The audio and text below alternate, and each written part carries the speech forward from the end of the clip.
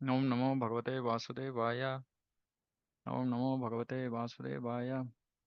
Om Namo Bhagavate Vasudevaya. Narayanam Namaskritya Naram Chaiva Narottamam Devim Saraswatim Vyasam Tato Jayamudiyayet. Nashtaprayeshu Bhadreshu Nityam Bhagavata Sevaya. Bhagavate Uttama Shloke Bhaktir Bhavati Naistiki. Om Agnanatimirandasya Gnananjana Shalakaya Chakshurunmilitam Yena Tasmai Shri Gurave Namaha. Namo Vishnupadaya Krishna Preshthaya Bhutale Srimate Bhakti Vedanta Swami Nityanamini. Namaste Saraswate Deve Gauravani Pracharine Nirvishesha Shunyavadi Paschatya Deshatarine. Jai Shri Krishna Chaitanya Prabhu Nityananda Shri Advaita Gadadhar Shivasadi Gauravakturanda. Hare Krishna Krishna Krishna Hare Hare. Hare Rama Rama Rama Hare Hare.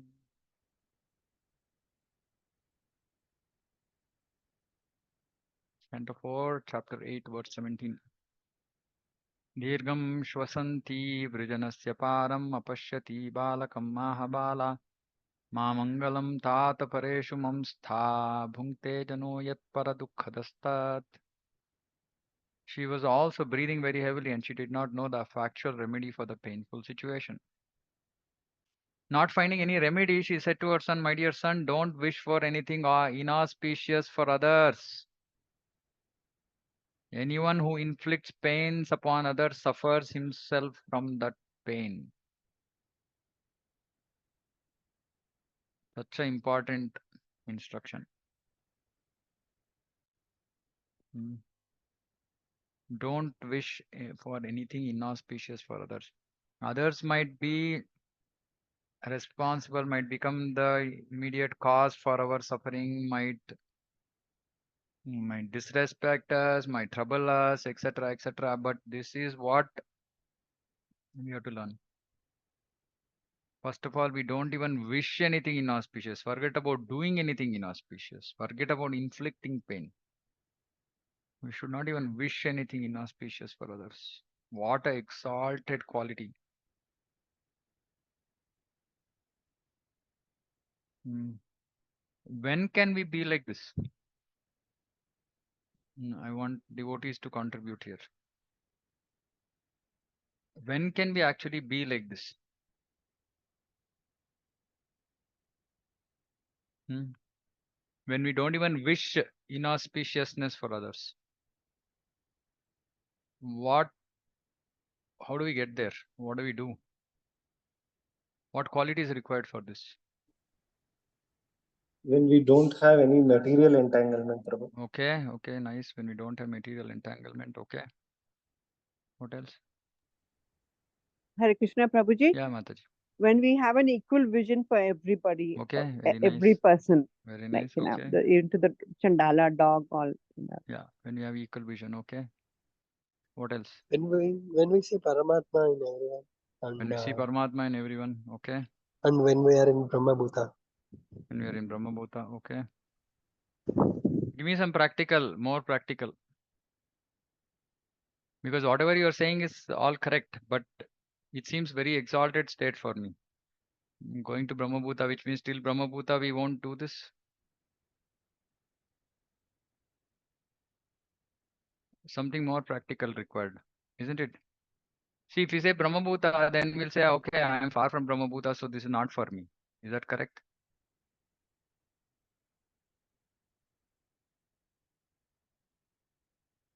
Focus on what Sri Chaitanya Mahaprabhu told us. Prabhuji, at Pranadapi Shunuchu. Only when we don't think ourselves important, only then this can happen.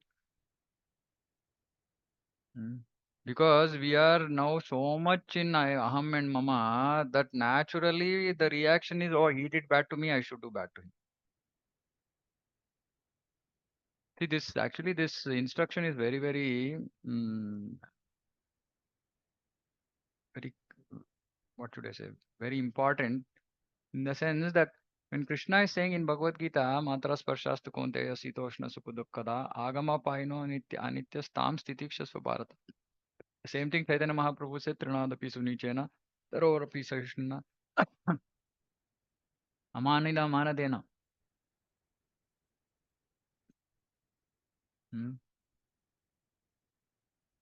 So this is what is between us and Krishna. This sense of false ego. Whatever you all said is correct.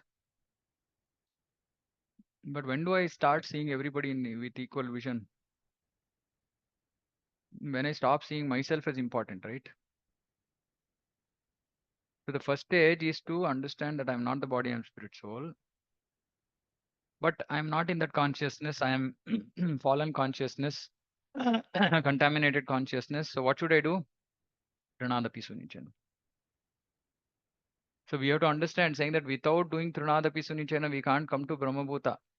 We can't see Paramatma in everybody's heart to even exalted, even higher platform. Hmm. So this is very, very important that we actually become Atmanikshepa Karpanyo Shadvida Sharanagati. So 6 sanghas of Sharanagati. The most important thing is this Trunadapi Sunichena. Sarorapi Saishna Manina Manadena. Only when we come to this state can we not think ourselves so important that we shouldn't take somebody else's action so seriously at all.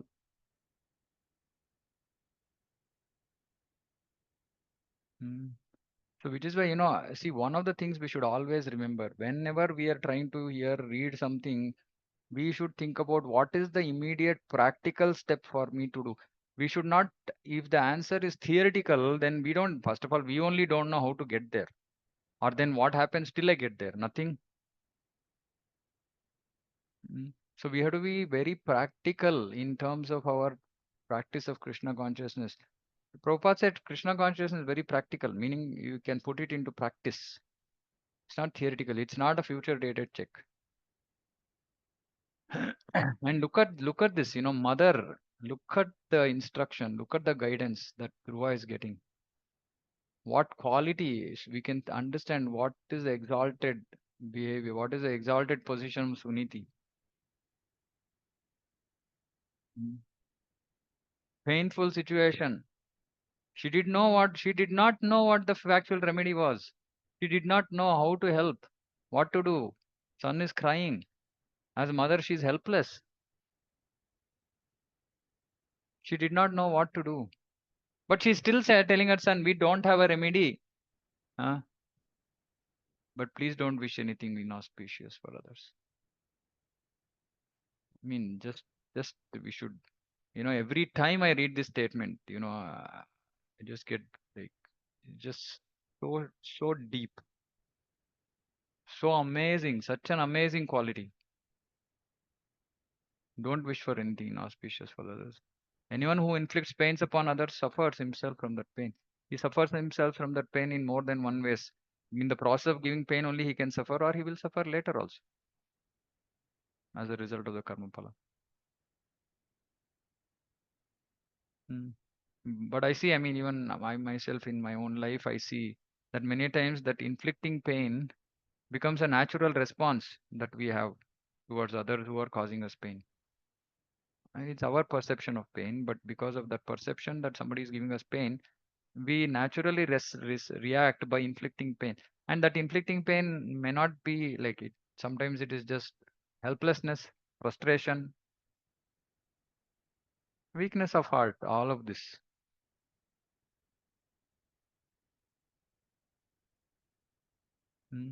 So it's a very, very, please meditate on this, on these 2 instructions. Don't wish anything inauspicious for others.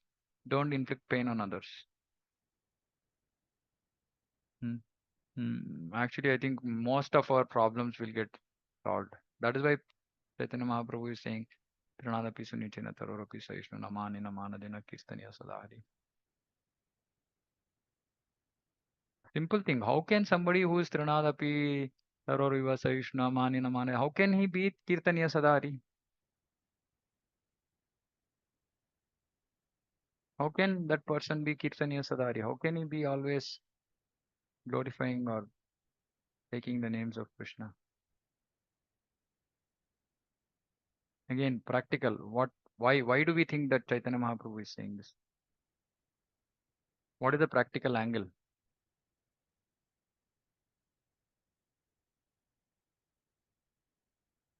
Any thought?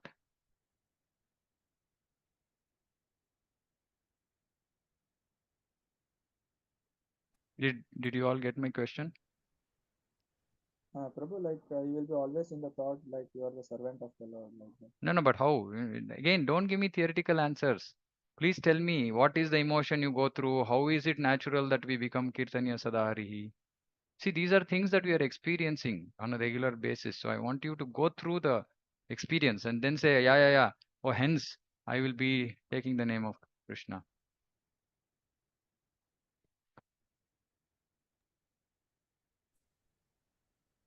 Any thought? One thought that comes to my mind is helplessness, Yes. right? Hare Krishna, For Prabhuji. example, In that, somebody is being beaten up. Immediately, because he's not trying to react in any way. What will come to me? Oh, Krishna. That's all. Kirtanya Sadahari. Take the name of Krishna and leave it in Krishna. I don't know what to do. I'm going through a difficult situation. Krishna. That's all. What do Vrajavasis do? There is fire, forest fire. Krishna. Please help. We don't have anybody else apart from me. But when we take the situation in our hand, then we are trying to be masters. Then how are we going to take Krishna's name?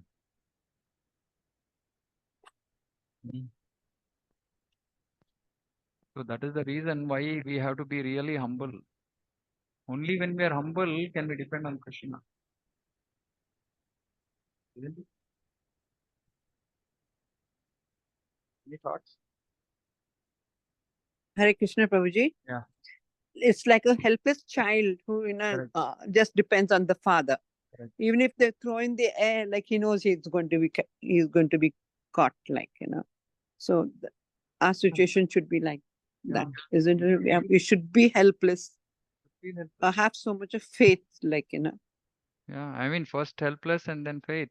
But for us to be helpless, if we have things at our disposal, we never come to this helpless state. Yeah.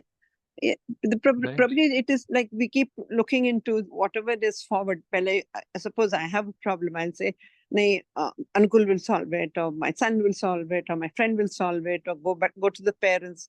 Like, in any situation, only like only when you utterly feel that you cannot do anything, that is the point. That is the time, like we really cry, like, to cry for help. Like, Yeah. So see, actually we should try to reverse this. reverse Whenever it. we have a problem, first we have to think about Krishna. Krishna, I am dependent on you. And then Krishna will take us to whoever he wants to take us to, right?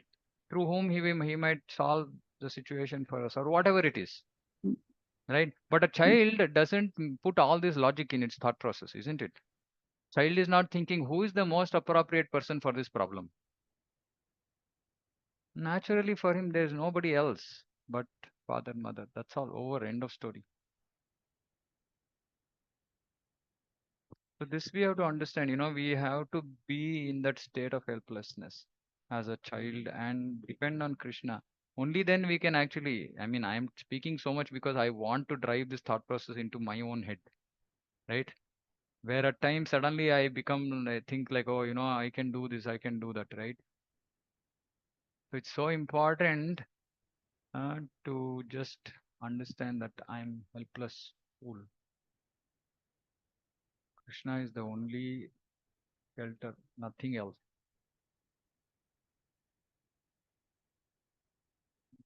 So it's something for all of our meditation, right? Don't wish anything inauspicious for others. Don't inflict pain. Of course, this doesn't mean that this cannot be at the expense of our bhakti. I also have to say the other thing because sometimes devotees go extreme and then say, okay, this person is preventing me from doing bhakti. Okay, I will just succumb to that. I will just do whatever he or she is saying. That's not what this is saying. This is saying at whatever cost we have to protect our bhakti, but materially we will not. We are not going to wish anything inauspicious. We're not going to inflict pain on others. At the same time, we won't allow anybody to take away our bhakti, whoever it is.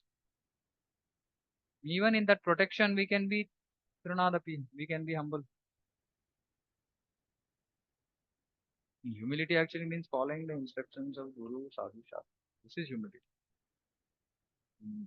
You don't need external humility. Yeah, external humility, if it is available with internal humility, very nice, perfect.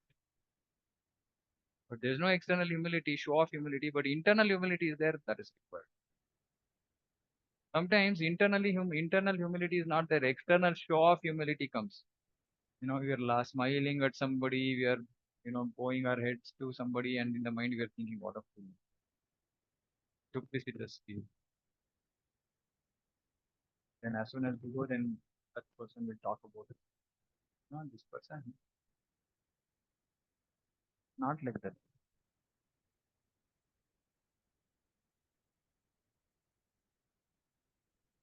सत्यं सुरुच्या विहितं भवान् मे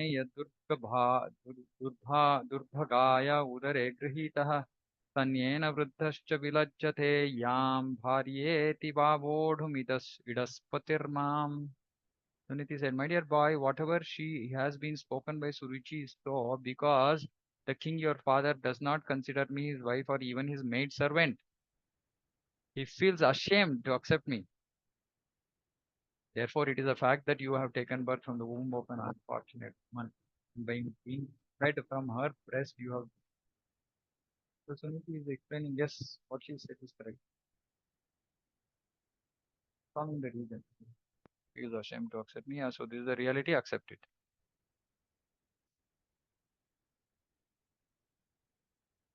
See, again, the beauty of this previous statement also. I mean, so we can keep on glorifying Suniti for her behavior.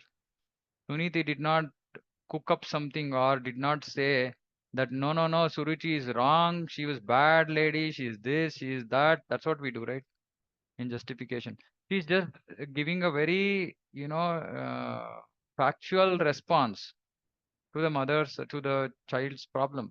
She's giving a factual response. See, this is the real state. So what she said is correct.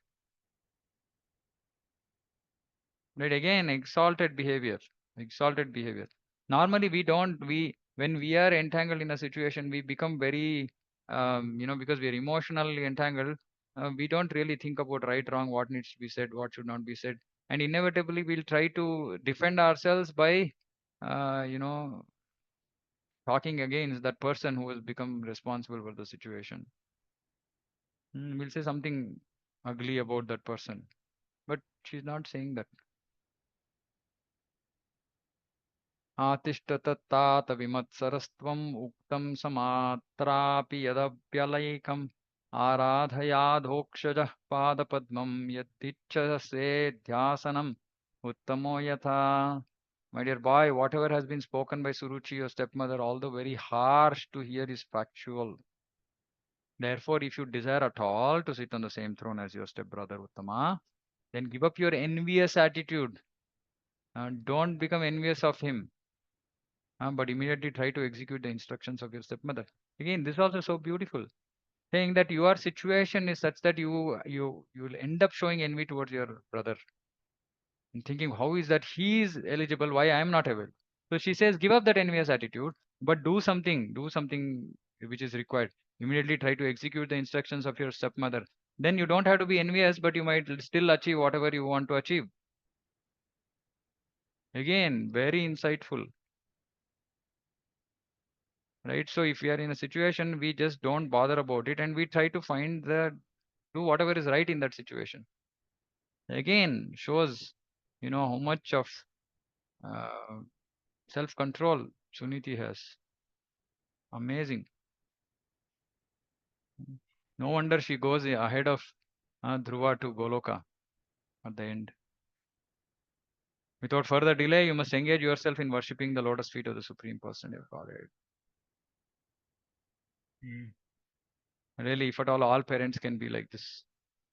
They can teach their children the real path of life without entangling them in immediate causes, immediate reactions, immediate causes, immediate effects. Simply she's saying, yeah, what she said is correct. Go engage yourself in worshipping the lotus feet. I can't do anything. I can't see any other solution. But at the same time, we should not be envious. We should not be we should not inflict pain on others. We should not be the cause for others' trouble. So let's give up this envious attitude, because if we are envious, then it will result in us ending up doing wrong things. Just engage in worshipping Supreme Lord. The harsh words used by Suruchi to her stepson were true, because unless one is favored by the Supreme Person of Godhead, one cannot achieve any success in life. Do we really recognize this? Do we recognize the fact that we are successful in our life in whatever way by the mercy of the Supreme Lord? 99% of the people in this material think this is my doing. I did this. I achieved it. Man proposes, God disposes. Suniti, the mother of Dhruva, agreed with her co-wife's advice that Dhruva engage himself in the worship of the Supreme Person of Godhead. Indirectly, the words of Suruchi were a benediction for Dhruva Maharaj. For because of the influence of his stepmother's words, he became a great devotee. And Suniti is considered as the Pata Pradharshaka Guru. Because she said, yes, go engage. And put her son on that path. Though Suruchi said, but Dhruva couldn't appreciate this. So Suniti recognized and said, no, this is correct. Go engage yourself. So this also shows that even from people who are maybe sometimes inimical towards us, we can those can be reasons for us to get the mercy of the Supreme Lord. So this is Krishna consciousness. Krishna consciousness means in every situation, seeing how I am getting closer to Krishna. Very nice. Yasyangri Padmam Paricharya Vishwa Vibhavana Yatta Gunabhipattehe Pattehe Ajodhyatishtat Khalu Parameshtyam Padam Jitatma Vasanabhivandyam. Suniti continued, Supreme Personality of Godhead is so great that simply by worshipping his lotus feet, your great grandfather Lord Brahma acquired the necessary qualifications to create the universe. Although he is unborn and is the chief of all living creatures, he is situated in that exalted post because of the mercy of the Supreme Personality of Godhead, whom even great yogis worship by controlling the mind and regulating the prana. So she's saying, yeah, he's so great, you should worship him.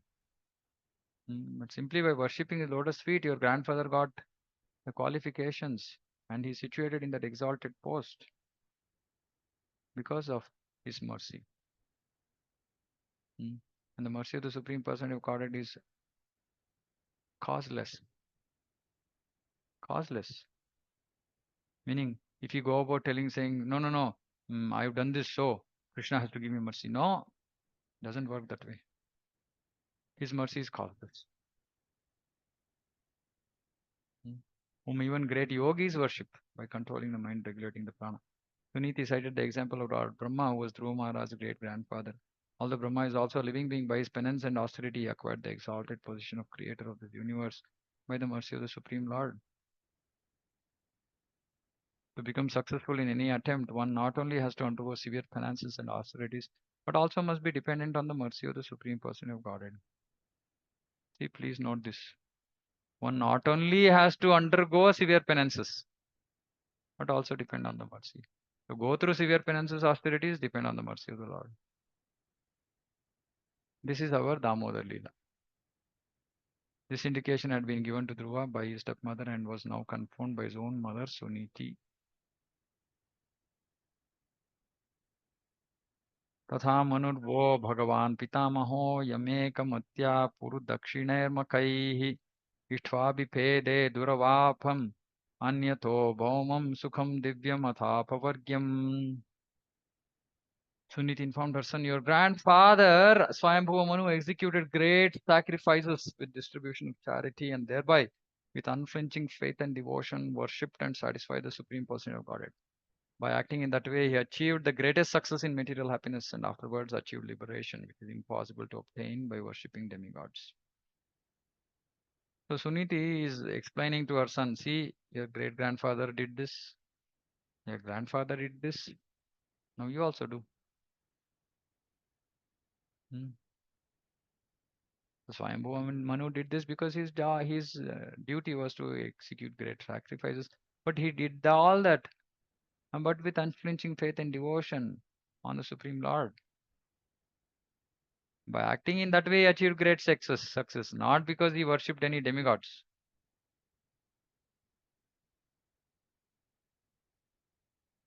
The success of one's life is measured by one's material happiness in life and liberation in the next. Such success can be achieved only by the grace of the Supreme Person of Godhead. So see, by this statement, we can understand that it's not that one should not be materially happy. No, one can be materially happy, no issue. But that not to get entangled in that happiness. If it comes by itself, it's okay. Krishna's mercy. If it doesn't come, that's also okay. Still Krishna's mercy.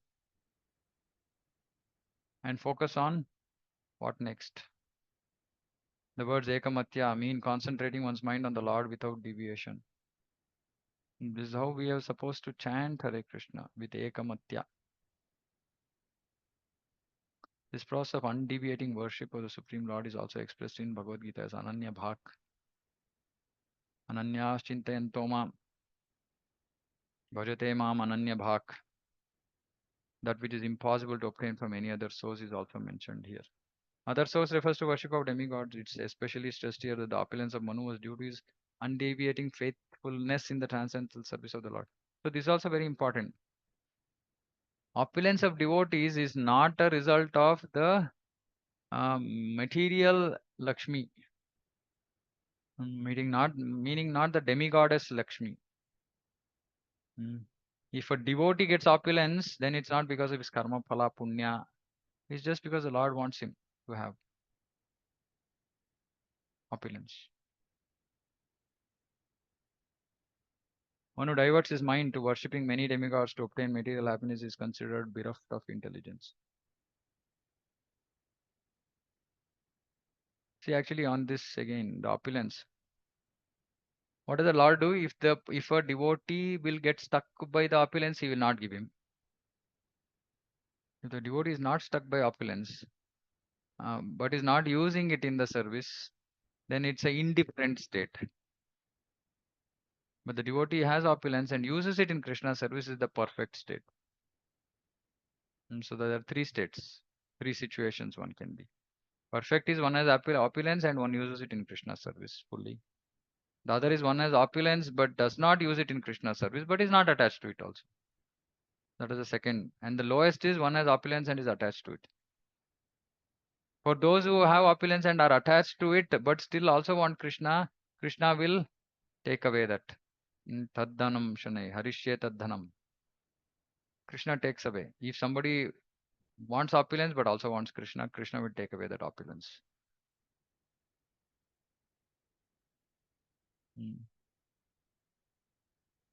If anyone wants even material happiness, he can worship the Supreme Lord without deviation. Akama sarvakamo va moksha kama udarati. Tivrena bhakti yogena. Without deviation. Tivra also means don't go to anybody else. Also, worship with intensity. Persons who are desire of liberation can also worship the Supreme Lord and achieve their goal of life. Either you have material desires or you have moksha, akama, sarvakama, moksha kama. Then moksha kama. One can still achieve their goal, but either case, they have to come to Krishna. तमेव वत्साश्रय भृत्यवत्सलं मुमुक्षुभिर्मृग्यपदाब्जपद्धतिम् अनन्यभावे निजधर्मभाविते मनस्यवस्थाप्य भजस्व पूरुषम्. My dear boy, you also should take care of take shelter of the Supreme Person of Godhead, who is very kind to his devotees. Bhritya Vatsala. Krishna is Bhakta Vatsala, Bhritya Vatsala, servant. He is very kind to his servants. Person seeking liberation, always take shelter of the lotus feet of the Lord in devotional service. Becoming purified by executing your allotted occupation, just situate the Supreme Person of Godhead in your heart and without deviating for a moment, engage always in his service. So this one is Varnashrama dharma. Basically, Mamanusmara Yudhyacha, what Krishna says. Do your occupation and think about me. But without deviating for a moment, always engage in his service. So she is generally giving him guidance, saying that go seek, take shelter of him. He's very kind to his devotees. What should you do? Become purified. Do your duty, but always situate Lord in your heart. Without deviating for a moment, always engage in his service. This is the path for perfection. Because Dhruva was a Kshatriya, so she's giving the process of dedicating one's occupation to Krishna and at the same time engaging in devotional service. The system of Bhakti Yoga described by Queen Suniti to her son is the standard way of God realization. Everyone can continue in his constitutional occupational duties at the same time keep the Supreme Lord within his heart. This is also instructed by Lord himself to Arjuna, go on fighting but keep me within your mind. This is Manasmara Yudhyacha. That should be the motto of every honest person seeking perfection in Krishna consciousness. Yeah, so we should understand this is only this whole thing is on the basis of varnashrama, which means when you're in grihastha, do this. Go on fighting, do your duty, keep me in your mind. But then post grihastha, give up duty, fully engage in service. In this connection, Queen Suniti advised her son that Supreme Personality of Godhead is known as Bhritya Vatsala, which indicates that he is very kind to his devotees. He said, you came to me crying, having been insulted by your stepmother, but I am unable to do any good for you. But Krishna is so kind to his devotees that if you go to him, then the combined kindness of millions of mothers like me will be surpassed by his affectionate and tender feelings. What a expression of this why Prabhupada said these are my devotional ecstasies. See, it's a devotional ecstasy, such a beautiful description of Krishna's mercy. Combined kindness of millions of mothers like me will be surpassed by his affectionate and tender dealings. Krishna takes care of his devotees very nicely, very tender. This is like that lion with its cub in its mouth. When everyone else fails to mitigate one's misery, Krishna is able to help the devotee. So why not go to Krishna only? Of course, pure devotee doesn't even go to Krishna. It just says, just doesn't bother about it. Queen Suniti also stressed that the process of approaching the Supreme Lord is not easy, but is sought after by great sages who are very advanced in spiritualization. Yeah, but that was at that time. But for us, it's so easy. Queen Suniti also indicated by instruction that Dhruva was only a small child, 5 years old, and it was not possible for him to purify himself by the way of karma kanda. But by the process of bhakti yoga, even a child less than 5 years old or anyone of any age can be purified. That is the special significance of bhakti yoga. Therefore, he advised him not to accept the worship of the demigods or any other process, but simply to take to the Supreme Personality of Godhead, and the result would be all perfection. As soon as one places the Supreme Lord within one's heart, everything becomes easy and successful. Like in Chaitanya Charitamrita, it is said, if one doesn't remember Sri Chaitanya Mahaprabhu, whatever is normally easy becomes difficult. And when one remembers Sri Chaitanya Mahaprabhu, whatever is very difficult to achieve also becomes very easy. So when one places the Supreme Lord in one's heart, everything becomes easy and successful. And this is the dependence of the devotee on the Lord, love of the devotee for the Lord. He knows he's helpless in this miserable material world, and there are so many forces, energies that are working against him. So he simply surrenders to the Lord and says, Lord, I want to serve you in this way. It's up to you. I'm leaving this to you. So many potential complications, obstacles, difficulties. But when we have Krishna in our heart, everything becomes easy. Krishna in our heart means for us, we have to understand at this point of time, Krishna in our mind. Next, we can experience Krishna in the heart.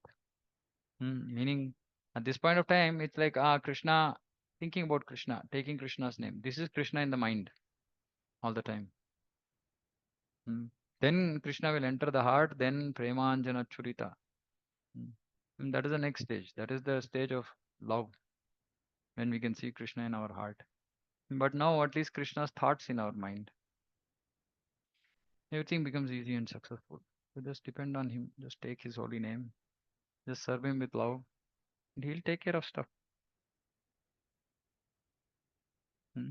So easy direction for all grihasthas, especially. And subsequently, anyway, we would have had sufficient experience in grihastha that Krishna is taking care of things. Then in Vanaprastha, we'll be confident to just say, yes, okay, now I'm fully depending on Krishna. Nothing else. I'm not going to engage in any other work. Hmm. But the important thing is engage always in his service. And like I said, service means Bhagavata Dharma also means Shravanam Kirtanam and also some practical service as required. Okay, I'll stop here. Any thoughts? Anybody want to say anything? Hare Krishna, Prabhuji. Yeah. Prabhuji, I was just thinking when you were telling about opulence not utilized in the service of Krishna, I was just reminded of the very initial days of Srila Prabhupada when his priority was to earn more and then engage in Krishna consciousness. And how Krishna has reversed the situation by Yasyaham Hanagrahnami Harisheta Dhanam Shanai. And at that point, Srila Prabhupada realized that why Krishna has taken away his business, everything. Yeah. and Yeah, one slight came to a point. correction in that that Prabhupada never did anything for retaining opulence. Actually, Prabhupada was never for retaining any money or something. He was just like, yeah, I have to do so many duties. Okay, I have to earn. But his thing was that I want to become a big businessman. I mean, big businessman, not because of any other intention. He just thought maybe by being a big businessman, I can help the Gaudiya much more. So he was never for utilizing any of the money for himself. But because Krishna had chosen him, or he is the chosen one, right? Him even spending any amount of time doing his business was wasteful because the mercy that he had to give to the whole world. So hence Krishna took away, right? So it's a very different thing compared to our situations. His situation was because if he had gone in that direction, then who would have given mercy to the whole world? How would Krishna consciousness spread over the world, all over the world? So his business had to fail. It had to fail just because that no, he cannot be engaged in that activity anymore. His time is more precious. It has to be utilized in more meaningful act. So Krishna took away. And Prabhupada did not even actually, Prabhupada realized this when after this happened, when he went to Vrindavan, then he wrote Vrindavana Bhajana. There he's saying, oh, see, now I see Krishna's hand. So in some sense, Prabhupada was he was not really behind any money. He wanted to just build a good when he came in touch with the Gaudiya Math devotees, he wanted to just see how I can give, okay, how I can support the mission. That was his mood. But yeah, Krishna did. Krishna just didn't allow him to get to any stable position anywhere. So much mercy. And today, if we get such mercy, we'll be like, "Oh, Krishna is so bad. I'm been worshipping him so long. He's not taking care of me. He's giving me so many problems." We become offensive to Krishna. But Krishna is so merciful. Still, he'll say, "Okay, ignorant child, it's okay. Let him cry." Hmm. Thank you, Prabhuji. Thank you for the Okay. correction. Yeah. Hare Krishna. Okay. Then anything else? Okay. We'll close here. Srimad Bhagavatam ki jai, Jagat Guru Srila Prabhupada ki jai, Vancha Kalpatarubhyascha Kripa Sindhubhya Vacha, Patitanam Pavanebhyo Vaishnavebhyo Namo Nama Ananta Koti Vaishnavindi ki jai, Samveta Gaura Bhaktivinoda ki jai. Hare Krishna.